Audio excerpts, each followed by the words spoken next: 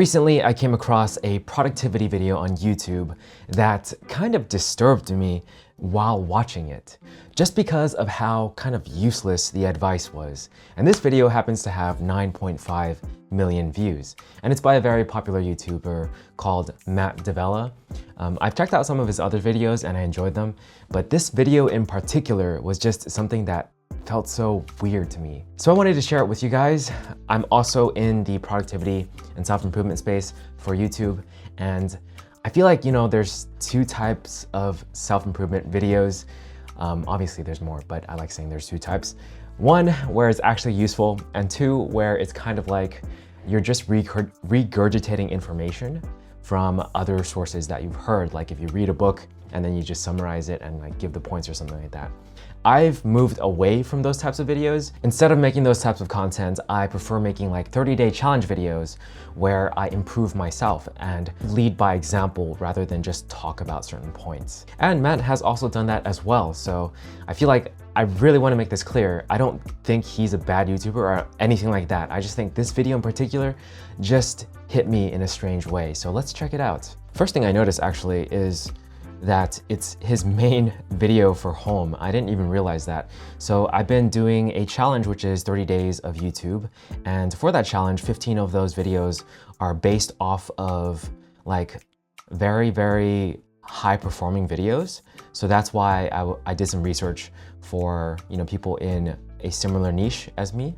And actually asked ChatGPT, like, what do you think are the biggest channels out there? And Matt Devella was one of them. So I checked it out and I saw these and I was like, okay, I'm not gonna quit sugar. I don't really know much about minimalism, to be honest, but I saw this one. And so I checked it out because, I want to also model some of like what I'm doing off of the big videos. That's the point of this 30-day challenge. And that's the only reason why I'm watching these videos in the first place, because we're still on our zero entertainment challenge. So I don't really consider this entertainment. It's more so just research for a different challenge, and those are exceptions. So I watched it through here, but let's actually just go through the home. Imagine being able to pick up any book, read it, and remember almost everything from it. So I feel like that's a very important premise, and I feel like the title itself is also very important. I learned a system for remembering everything. It really, really makes you feel like, okay, there's this interesting technique probably that he's going to introduce that helps you remember things after you read it. Not even reading, it's remembering everything. So it's like memory techniques and all that stuff, right? Fiction. But there are people in the real world that seem to carry an incredible ability to hold on to information. And I'm definitely not one of them. I've read hundreds of books, blogs, and newsletters, but my ability he's in a position where he's not great with memory, so it's a good setup for the story. to recall any of it is terrible. So I decided to finally look into this blind spot, to learn about how the smartest people in the world remember information, and to uncover their systems. So also, I feel like this is a little too slow for me. I'm gonna up the speed on this. If I were to show you a nonfiction book that you've read over the past year, whether it was for school, work, or your own personal development, how likely are you to be able to remember 5 facts from the book? How well could you 5 facts from the book. I've read a lot of self-improvement books myself, and I'm gonna be honest, I don't remember much from a lot of them. Other than like maybe the title, like the main point, because usually for self-improvement books, they have a point there. I remember a lot about 7 Habits of Highly Effective People. That's one of my first self-improvement books that I read, and I feel like I can recall like what the 7 habits are and so on. in the book to someone else? All right, let me give this a try for myself. Steal like an artist. Being creative means getting inspired by other people, and you should steal like an artist. I don't even remember seeing this part of the video. Okay, let's keep going. Remember one of the 48 I laws. think I was skipping around, that's why. I just read it. I just read this book like a month ago. There's not much of a point of reading nonfiction books, particularly books about personal development, if you're not actually going to absorb and implement the insights. But remembering everything I agree with that a lot. If you're gonna read self-improvement books, you should definitely immediately go out and try to implement those tips. might be a bit of a stretch for the average person. After some research, I discovered that our ability to remember things varies wildly from person to person. Some have terrible memories, others exceptional, that's and pretty even obvious. others have photographic memories. I read a book that was about memory techniques that said that photographic memory is a myth. I feel like I'm leaning towards believing that because I've never met a single person with photographic memory in my life. And if I were to like show them a text on a page and then like, you know, close the book, I really don't believe that they'll be able to read out every single thing on the page. like a photograph. Like, I just don't believe it. You might have guessed, the average memory is spotty, messy, and often unreliable. It's easy. But, you know, honestly, I should maybe look that up because I don't know. I would be extremely amazed if someone can do that in real life. Like, you open a page in a book, 300 words, like for them for 2 seconds, and then you close it, and then they can read all of it. That would be insanity. I would believe that photographic memory exists after that moment. But I don't believe people have actual photographic memory. Either that or I'm thinking of the term incorrectly. For us to remember events that provide Like, I don't fully understand what photographic memory means. deviation from our typical sensory experience, like getting hit in the face. But I'm distracted by this, but there's a moment in Hannah Montana, I watched it as a kid. I think the character's name was like Rico or something, who had photographic memory, and that's what he did. Like, he opened a textbook and then he closed it and he was like, okay, we're good, that's how I study. So that's what I think of photographic memory. So maybe that's like wrong, maybe that's not what photographic memory is. But the memory technique book also said that it's a myth, like it doesn't exist. That self-help book, not so much. But my question is, can we change that? I knew exactly who I needed to speak with. I read online that you've read over 3,000 books. Is that true? I don't know. Of great books like The Obstacle is the Way and Ego is the Enemy. I'm gonna admit, I've read Obstacle is the Way. I don't remember a single thing from that book. And while I can't remember much of what I read in these books, I do remember them being Matt too.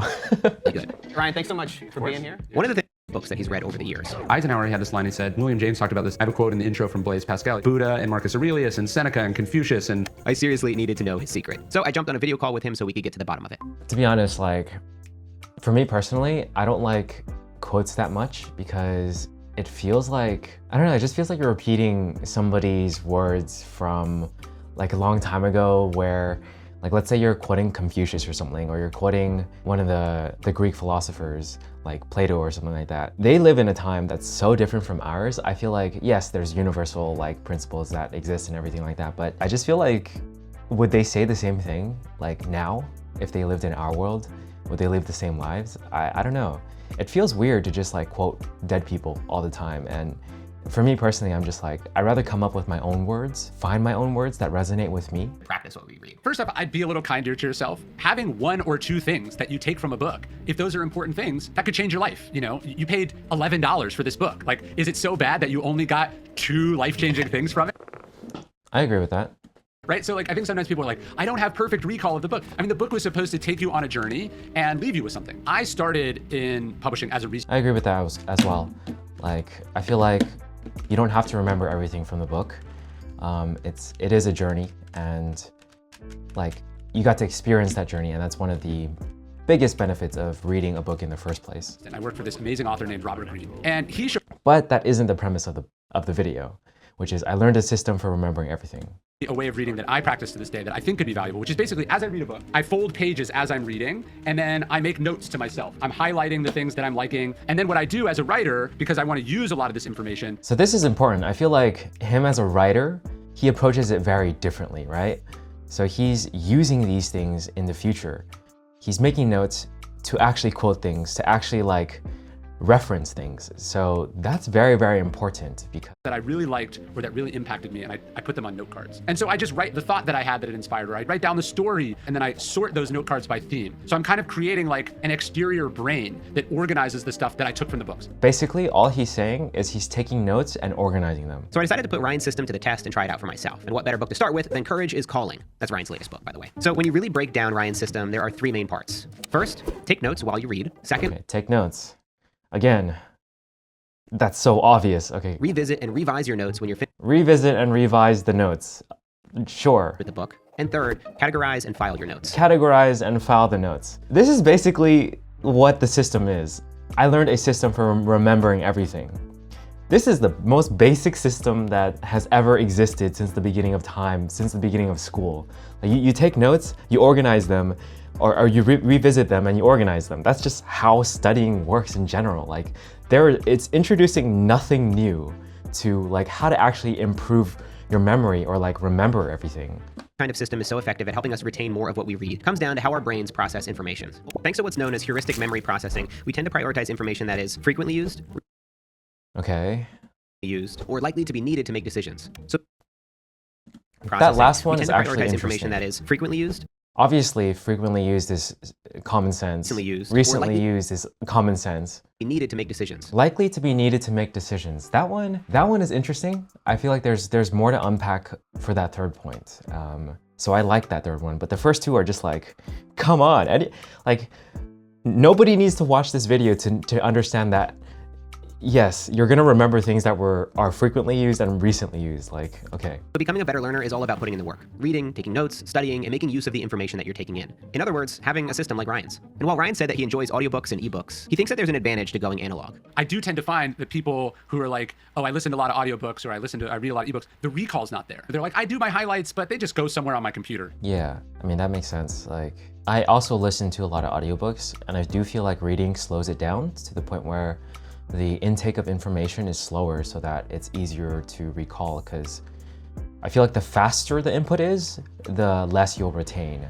So that itself is a good point as well, but I don't feel like it's being emphasized very much. I don't think it's necessarily about the medium, I just think it's about the speed. So if you intake a book really, really fast, like a physical one, you're gonna run into the same problem compared to like if you were to like listen to an audiobook and you would listen to it very slowly, like word for word, and really pay attention. I'd say you still be able to remember fast better than if you read fast. So it's not about the medium, in my opinion. All right, so I have completely finished reading Courage is Calling, and I have taken extensive notes throughout. So I am a slow reader, and this process of taking thorough notes throughout the entire book definitely slowed me down even more, probably by 30 or 40%. Makes sense. The idea is that hopefully this will make these memories and ideas just a little bit more sticky. Now I need to go through this entire book and take all of my notes, all of the best notes that I've taken, and put them down. Is anyone ever gonna do this? Like, is anyone who isn't a writer who's gonna use this in the future ever going to do this? Like, I just don't think anyone will. Like, 9.5 million people watch this video, and I feel like probably less than 1% of those people are gonna use this system because it's just useless. It's completely useless. Like, who would actually do this for a self-improvement book or anything when you can literally just ask ChatGPT to summarize it for you or find good summaries online? Like, there's really no point in doing this. If you're anything like me, this can make you feel a bit antsy. But what I continue to remind myself is that this isn't about becoming superhuman and devouring books in a day. It's about taking the time to digest the information, think critically about it, and to try to find ways to reuse and repurpose what I'm learning. And really, more importantly, to actually enjoy the process. I feel like all of that sounds good, but none of it was useful. All it is use the information that you've consumed. Just use the information and it becomes a part of you. That's it. That's all that this video is saying, but it's framed as a learning system, like learning a system for remembering everything. And I just really dislike that. One of the reasons why I dislike it so much is because it feels like there was a premise, there's like a promise, right, that the title is making, and it's not fulfilling. The payout is so bad for this video. Yet it has, I don't really care about the view count, to be honest. Like, the fact that it's one of the most like high performing videos of his is because he used clickbait, which makes sense. And you know, as someone who's doing YouTube myself, like, I can understand you want to make titles as clickable as possible, but Veritasium made a video. Veritasium is a great channel, like science channel. He made a video about clickbait, and in that video, it's such a great video. And he said, yes, there's two types of clickbait. One that's real clickbait, where basically the title is, you know, it's a promise, right? And then they don't deliver on that promise. That's clickbait. That's like you know, bad clickbait. And then there's legit bait, where the title is crazy still, but in the video, they actually deliver on what that title is. And I feel like this is clickbait. This is not legit bait. And that's one of the reasons why I feel frustrated by it. So I have finished taking the best ideas, notes, stories, and quotes from this book and put them down onto about 20 to 30 note cards. And now is the point in the process where I need to go through and organize all this. One thing that I've realized from this process is that you don't remember things by accident, which means I need to systematize and organize all of these notes. Again, nobody's gonna do this. Like, I don't believe anyone would actually take the time to do this unless they just have so much free time where, you know, they have nothing better to do, because there's just no way anyone's gonna take the time to create a whole organization system for a book they read, like a self-improvement book they read. unless you're using it for like a video, like you're gonna make a YouTube video about it, or you're making a mind map or something like that to give to others, I just don't think you're gonna do this for trying to remember a book. It's so pointless and useless. Oh my God. Different buckets, categories, and themes. It's probably too early to tell whether this system will improve my memory in the long run. I have a feeling I'm still going to be on the goldfish end of the memory scale. But I've learned something even more important over the past few weeks of following this system. You actually can't remember everything you want to. You just need to store it outside of your brain. Oh, and if you're wondering whether I'll keep this up myself,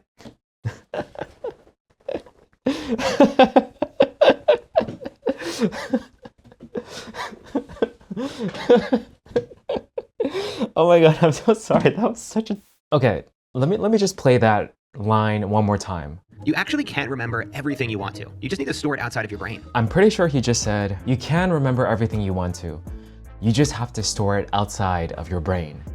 Which again is like one of the most obvious things in the world. It's not a technique at all. It's literally just you either take notes, you take a video, a photo, or whatever, and then you supposedly can remember it now, as long as you have a good organizational system to bring it back. I don't disagree with that. Sometimes in self-improvement, yes, the obvious is stated, but it's just so far from like, I learned a system for remembering everything, like the title, it's so far from it that it seems like I learned nothing insightful in this video.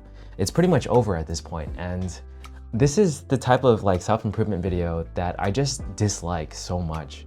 It feels like I learned absolutely nothing. It was just a whole bunch of like talking and sounding smart, basically. And this is also coming from someone who's journaled for 10 years, so I do have a better memory recall ability because of that.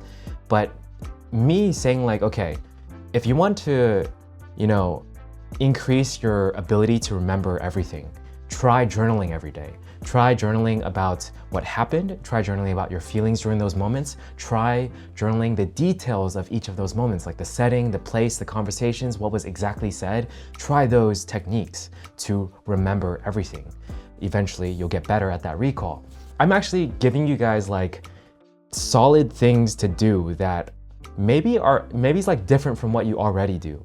I guarantee you, everyone has taken notes in their life because of school. Whether or not you came up with a good organizational system, that's like a different story. But this video doesn't really talk that much about how to like implement that organizational system. I think that would have made this video a whole lot better, is by, you know, showing the process of creating a good organizational system, because that is probably the harder part, right? Like taking the notes is pretty simple, but I don't know. I really don't want to make it seem like I'm hating on the creator. I have watched some of his other videos and I think they were good, but this one, which is also the one on the homepage, it's just like, it's such a bad video. I can't really understand like why. I mean, I can understand why it has a lot of views. It's because of the title, right? But it leaves you feeling so empty, at least for me. And that's the disturbance I felt. Whether I'll keep this up myself, maybe, but I don't know if it'll look exactly like this. It's funny too, he's literally saying like, I don't know if I'm gonna keep this up myself. Like, it's like, it's so pointless. It just sounds like two people like trying to sound smart about something that nobody's ever going to really use. I don't know how many boxes of note cards I can have at my place and still keep my sanity. How many boxes of note cards do you have? Well, at least one for every single book that I've written, but I'm looking, I have 1, 2, 3, 4, 5, 6, I have 7 in my office right now. Yeah, it just sounds like he's bragging about like, oh, I have this great note-taking system filled with like notes and 7 boxes. And I don't know. I hate to think this way. I don't know him at all. I don't know much about Ryan Holiday at all. He seems to be a very successful writer, but a part of me, because of my feelings towards watching this video, makes me think that he probably hardly ever touches those boxes. Like, I don't know, that's a complete assumption, like created from just a feeling of frustration. Honestly, he could be a great guy. He could honestly like check out those boxes every single day, but I don't know. I just don't know. But I just feel like, based on like my own limited perception of my own life as well as this video, I just don't feel like he would actually look at those like notes that often, unless he's like, okay, like I'm writing a book and I want to make a point, and I believe that book had a great point that supports my point. So yes, for an author, it makes a whole lot of sense. For a normal person, this system is just like useless. Robert Greene's, and yours can be your own spin on mine. Whether you decide to follow an analog system like Ryan's or go digital, the important thing is to just get started.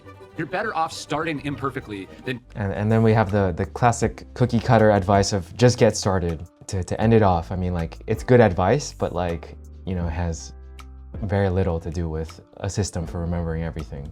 Paralyzed by the hope or the delusion of perfection. My system has evolved over the years, is that I'm doing it always, and I'm getting better as I go.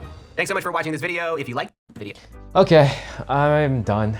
I don't really make reaction videos. I'm testing the waters to see how it goes. I mean, overall, like, I found it fun overall, but I really don't like negativity in general. I don't mind roasting entertainment, the logic behind entertainment and all that stuff. I used to have a channel that I was active on with my friends where we talked about like movies and TV shows, and I would go off about when there was a plot hole or like a logical fallacy in one of the stories. I guess I'm doing the same thing, but for like a YouTube video instead. And again, I really want to stress this point. Like, I've watched some of his other videos and they were good. Like, I think the creator is fine. I just think this video in particular really rubbed me off the wrong way. And I felt like I had to express it somehow. And there was no better way than to show the video to others and also express my thoughts along the way.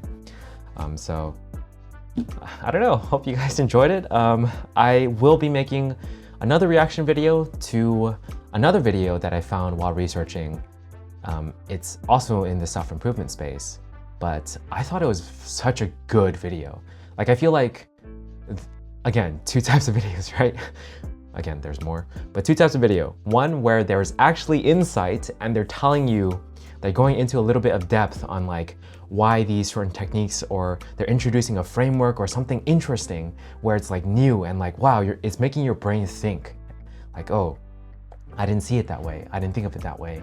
It's sort of shaping the way I'm also seeing things now. This video was not that, but the next reaction video will be about that, which is a more positive one, like an example of why, you know, of content that I like in this space. So if you want to check that out, don't forget to like and subscribe, and I'll catch you guys in the next one. Peace.